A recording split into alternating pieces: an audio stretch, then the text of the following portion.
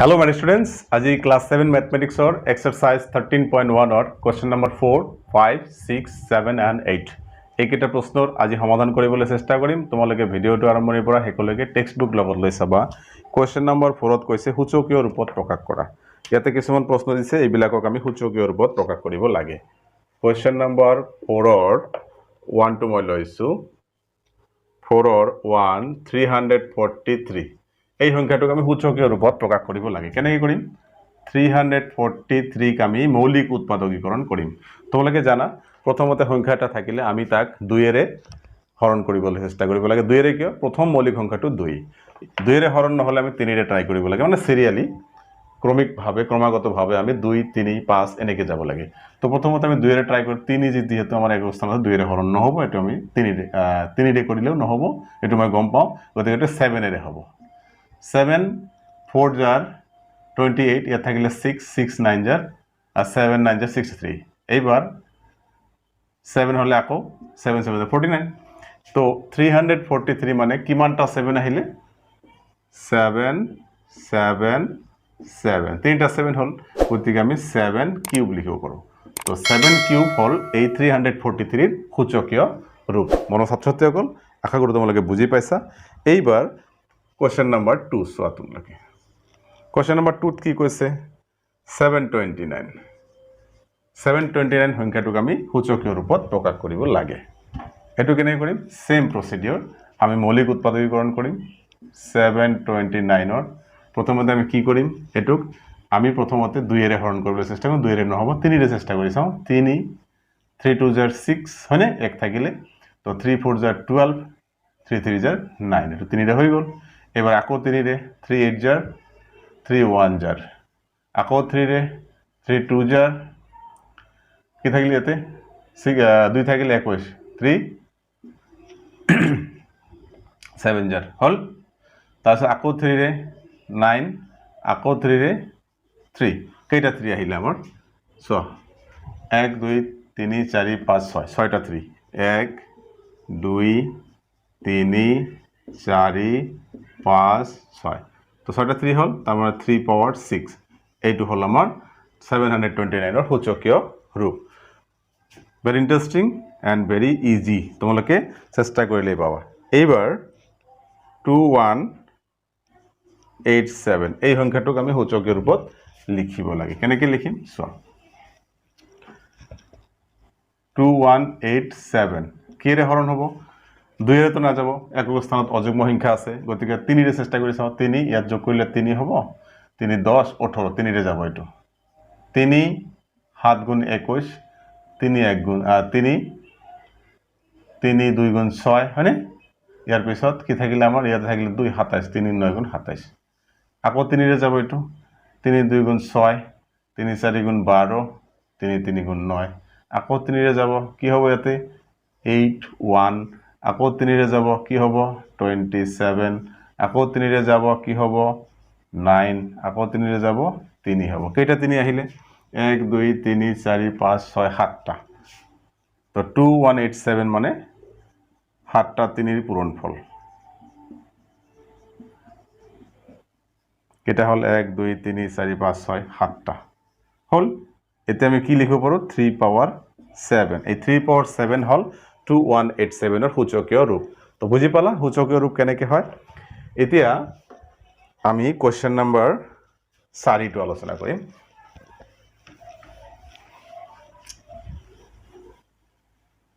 Question number 4 কি কৈছে? 4 4 -2187 ইয়াতে আমি গম পালো অলপ আগতে 3 নম্বৰ প্ৰশ্নৰ 2187 আছিল। ইয়াতে সিম্পলি মাইনাস দিয়া আছে। আমি একইভাবে কৰিম, উৎপাদকীকৰণ কৰিলে একই আহিব। তো এটো মাইনাস থাকিলে 7টা 3 হ'ব নহয় জানো? 7টা 3 আমি অলপ আগতে কৰিলো, মনত আছে আমাৰ হলনে? 1 2 3 4 5 6 7টা। এবাৰ কি হ'ব? -3 পাওয়াৰ 7 হ'ব, কিন্তু আমি এটো ব্ৰ্যাকেটত ৰাখিব পাৰো। কিয় পাৰো? আমি জানো যে যেতিয়া আমাৰ অযুগ্ম পাওয়াৰ থাকে তেতিয়া মাইনাস থাকিলেও প্লাস নহয়, আনসাৰটো মাইনাসে থাকে। গতিকে আমি ব্ৰ্যাকেটৰ ভিতৰত ৰাখিলেও কোনো ক্ষতি নাই। এটো আমাৰ আনসাৰ। এনেকে তোমাৰ বাকি আৰু দুটা প্ৰশ্ন আছে 5 আৰু 6 এই দুটা তোমালোকে নিজে কৰিবা। এতিয়া মই 5 নম্বৰ প্ৰশ্নটো কৰিবলৈ চেষ্টা কৰিছো। 4 নম্বৰৰ দুটা কোৱেশ্চন ৰৈ গ'ল তোমালোকে এই দুটা নিজে কৰিবা এতিয়া 5 নম্বৰটো চোৱা 5 নম্বৰত কৈছে তলৰ প্ৰতিটো সংখ্যা সিহঁতৰ মৌলিক উৎপাদকৰ ঘাতৰ পূৰণফল হিচাপে প্ৰকাশ কৰা তোমালোকে দেখিলে গম পাবা এটা কৰিলে বুজি পাই যাবা ধৰি লোৱা ইয়াতে 100 দিয়া আছে এই 100ক আমি মৌলিক উৎপাদকীকৰণ কৰিব লাগিব তো 2 হলে 50 হ'ব আকৌ 2 হলে 25 হ'ব এতে 2 নহয় তে 5 হলে 5 হ'ব কি হলে তে 100 equal to 2 into 2 into 5 into 5 কি হ'ব 2 2 দুটা আছে 2 স্কয়ার হ'ব 5 দুটা আছে 2 স্কয়ার হ'ব কি হল মৌলিক উৎপাদকৰ ঘাতৰ পূৰণফল হিচাপে প্ৰকাশ হল না এটো ঘাত 2 এৰ ঘাত 2 5 এৰ ঘাত 2 ইয়াৰ তাৰে আকৌ পূৰণফল তো মৌলিক উৎপাদকৰ ঘাতৰ পূৰণফল হিচাপে এটো প্ৰকাশ খুব সিম্পল অংক তে 2 নম্বৰটো চোৱা কি কৈছে 300 এই 300ক আমি মৌলিক উৎপাদকীকৰণ কৰিম চোৱা সিমিলাৰ কোশ্চেন 300 কেনেকৈ কৰিম 2 কৰিলে 150 হ'ব আকৌ 2 কৰিলে 75 হ'ব 2 ৰে নাযাব এবাৰ 3 ৰে যাব 3 কৰিলে কিমান হ'ব 25 হ'ব আকৌ 3 ৰে নাযায় এতিয়া 5 ৰে যাব 5 5 গুণ 25 কি হল এতিয়া এই 300 মানে কি হল 2 পূৰণ 2 পূৰণ 3 পূৰণ 5 পূৰণ 5 তো মৌলিক উৎপাদকৰ ঘাতৰ পূৰণফল তো 2 দুটা আছে 2 স্কয়াৰ 3 এটাই আছে 3 পাওয়াৰ 1 আৰু 5 দুটা আছে 5 স্কয়াৰ তো মৌলিক উৎপাদক তাৰে ঘাত আকৌ পূৰণফল ইয়াকে কৈছে মৌলিক উৎপাদকৰ ঘাতৰ পূৰণফল হিচাপে প্ৰকাশ কৰিলো ওকে এইবাৰ কোৱেশ্চন নম্বৰ 3 অফ 5 3 কি কৈছে চোৱা 5 और 3 হ্যাঁ 3 কৈছে 1000 1000ক মৌলিক উৎপাদকৰ ঘাতৰ পূৰণফল হিচাপে প্ৰকাশ কৰিব লাগে 1000ক মৌলিক উৎপাদকীকৰণ কৰিব লাগে তো 2 হলে 500 হ'ব আকৌ 2 হলে 250 হ'ব আকৌ 2 হলে 125 হ'ব এবাৰ 2 না যাব এবাৰ 5 হ'ব 25 হ'ব এবাৰ 5 হ'ব 5 হ'ব হৈ গল এইবাৰ কি হ'ব 2 হ'ব 3টা আকৌ 5 হ'ব 3টা হ্যাঁ 5 হ'ব 3টা তো কি হল 2 কিউব into 5 কিউব মৌলিক উৎপাদকৰ ঘাত তাৰে পূৰণফল এটো হৈ গল আমাৰ এতিয়া তোমালোকে বাকি দুটা অংক কৰিবা 4 আৰু 5 মই 6 নম্বৰটো কৰি দিছো 5ৰ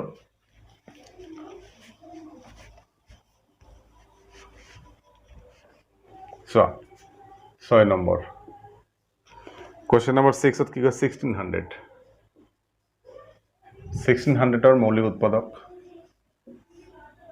2 800 আকৌ 2 হলে কি হ'ব 400 আকৌ 2 হলে কি হ'ব 200 আকৌ 2 হলে কি হ'ব 100 আকৌ 2 হলে কি হ'ব 50 আকৌ 2 হলে কি হ'ব 25 আকৌ 2 না হয় 5 5 হলে 5 হ'ব কেইটা 2 আহিলে 1 2 3 4 5 6টা 2 1 2 3 4 5 6 আৰু 5 কেইটা দুটা ओके तो 2 पावर 6 into 5 स्क्वायर मौलिक उत्पादকৰ ঘাত তাৰে পূৰণফল 1 2 3 4 5 6 1 2 1 2 3 4 5 6 1 2 ঠিক আছে এটো আমাৰ হৈ গল এতিয়া আমি কোৱেশ্চন নম্বৰ 6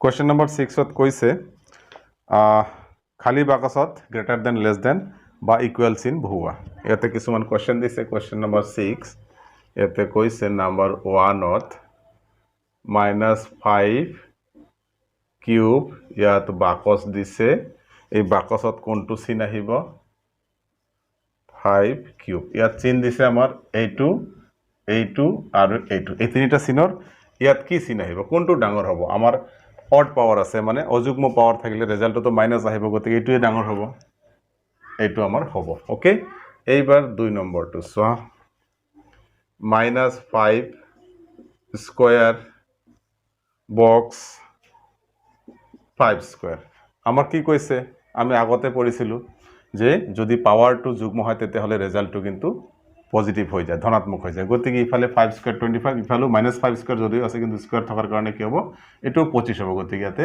ইকুৱেল চিহ্ন আহিব মনত ৰাখিবা 3 নম্বৰটো কি কৈছে -7 power 4 বক্স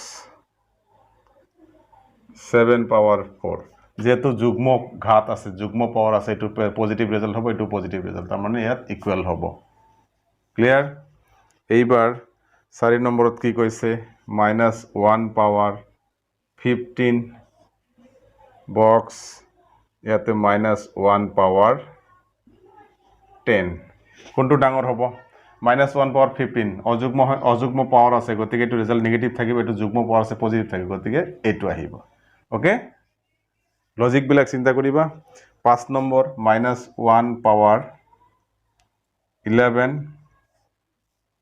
ইয়াত দিয়া আছে 1 power 11 কোনটো ডাঙৰ হ'ব এটু তো নেগেটিভ থাকিব অযুগ্ম পাওয়াৰ আছে আৰু এটু পজিটিভ হৈ যাব গতিকে এটু ডাঙৰ এইফালে হ'ব 6 নম্বৰটো সোৱা 6 নম্বৰটো মই ইয়াত লিখিছো 6 নম্বৰ কৈছে 2 power 7 বক্স দি পেলাই 2 power 6 সিম্পলি যেটোৰ ঘাত বেছি ভূমি একে থাকিলে ঘাত ডাঙৰ যেটো আছে হেটোৱে ডাঙৰ হ'ব গতিকে এটো ডাঙৰ হ'ব এটো মোৰ হৈ গল এতিয়া কোৱেশ্চন নম্বৰ 6 নম্বৰ কমপ্লিট এতিয়া 7 আৰু 8 থাকিলে তোমালোকে এটো নোট ডাউন কৰি লোৱা মই 7 কৰিছো প্ৰথমতে তাৰ পিছত 8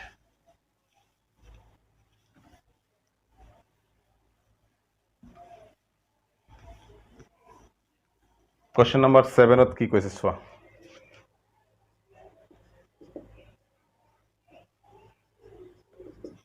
Question number 7 কৈছে 2592 equal to 2 power m into 3 power n হলে m আৰু n ৰ মান নিৰ্ণয় কৰা তাৰমানে কোৱেশ্চনটো মই ইয়াতে লিখি লৈছে বাৰ ইয়াতে কৈছে যে 2592 equal to 2 power m into 3 power n তেতিয়াহলে আমি m ৰ মান আৰু n ৰ মান উলিয়াব লাগে ক্লিয়াৰ তবে এই কোৱেশ্চনটোকে লম 2592 equal to 2 power m into 3 power n okay এই কথাটো আমি মোহাৰি দিছি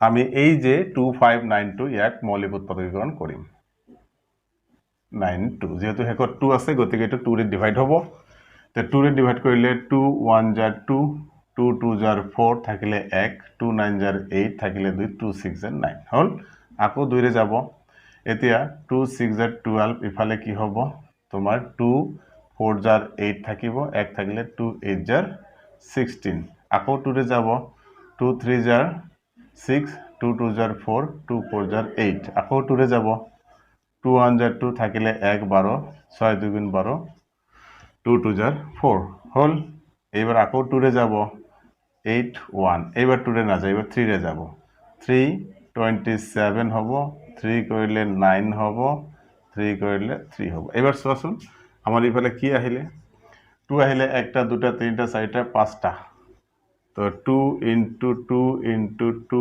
into 2 into 2 ওকে 3 কেটা 1 2 3 4 1 2 3 4 ইকুয়াল টু কি থাকিলে 2 power m into 3 power n তো 2 power আমি কি লিখিম 1 2 3 4 5 5 3 power কি লিখিম 4 যেহেতু চাৰিটা আছে ইয়াতে পাঁচটা আছে তো 2 power m into 3 power n গতিকে আমাৰ বেস বিলাক সেম আছে নহয় এইটো আৰু এইটো সেম আছে গতিকে এই দুটাও সেম হ'ব এইটো আৰু এইটো সেম আছে গতিকে এই দুটাও সেম হ'ব তো দেয়াৰফৰ তুমি লিখিব পাৰা m ৰ মান কিমান হ'ব 5 আৰু n ৰ মান কি হ'ব 4 এটা আমাৰ হৈ গল তোমৰা নোট ডাউন কৰি লোৱা এতিয়া আমি কোৱেশ্চন নম্বৰ 8 টো আলোচনা কৰিম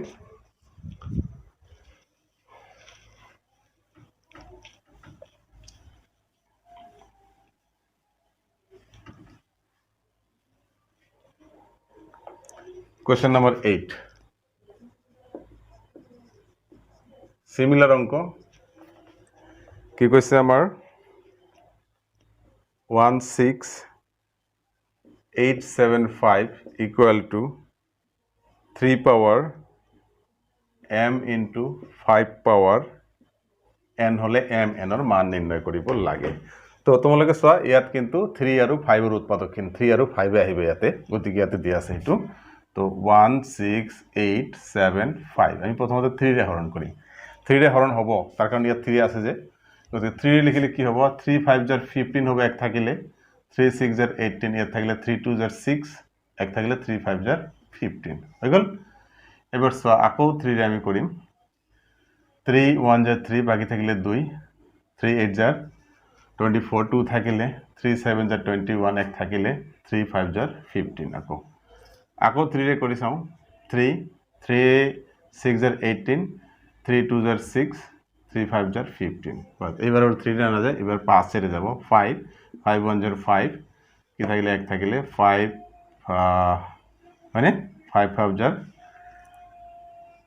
কি থাকিলে 5 2 jar 10 নো বাড়ি থাকলে 5 5 হয়ে গেল এবার আকো 5 রে যাব 25 হবো একটু 25 আকো 5 রে যাব 5 থাকিব এবার সলিউশন কি কি আহিলে আছে আমার এটার উৎপাদক কি গেল 3 এটা 3 3 into 3 into 3 into 5 কেটা 5 হল 4টা 5 into 5 into 5 into 5 তো 3 পাওয়ার m into 5 পাওয়ার n তো 3 পাওয়ার আমি কি লিখিম 3 পাওয়ার লিখিম 3 into 5 পাওয়ার লিখিম কি 4 ওকে তো 3 পাওয়ার m into 5 পাওয়ার n হলে ইয়াত 3 বেস মিল আছে গতিকে এইটো আৰু এইটো একে হ'ব ইয়াত 5 বেস মিল আছে গতিকে এইটো আৰু এইটো একে হ'ব therefore m equal to 3 and n equal to 4 clear তো মৰমৰ ছাত্ৰ-ছাত্ৰীসকল তোমালোকে নিশ্চয় বুজি পাইছা তো ভিডিওটো ভাল পালে লাইক আৰু শেয়াৰ কৰিবা আৰু চেনেলটো সাবস্ক্ৰাইব কৰিবা ধন্যবাদ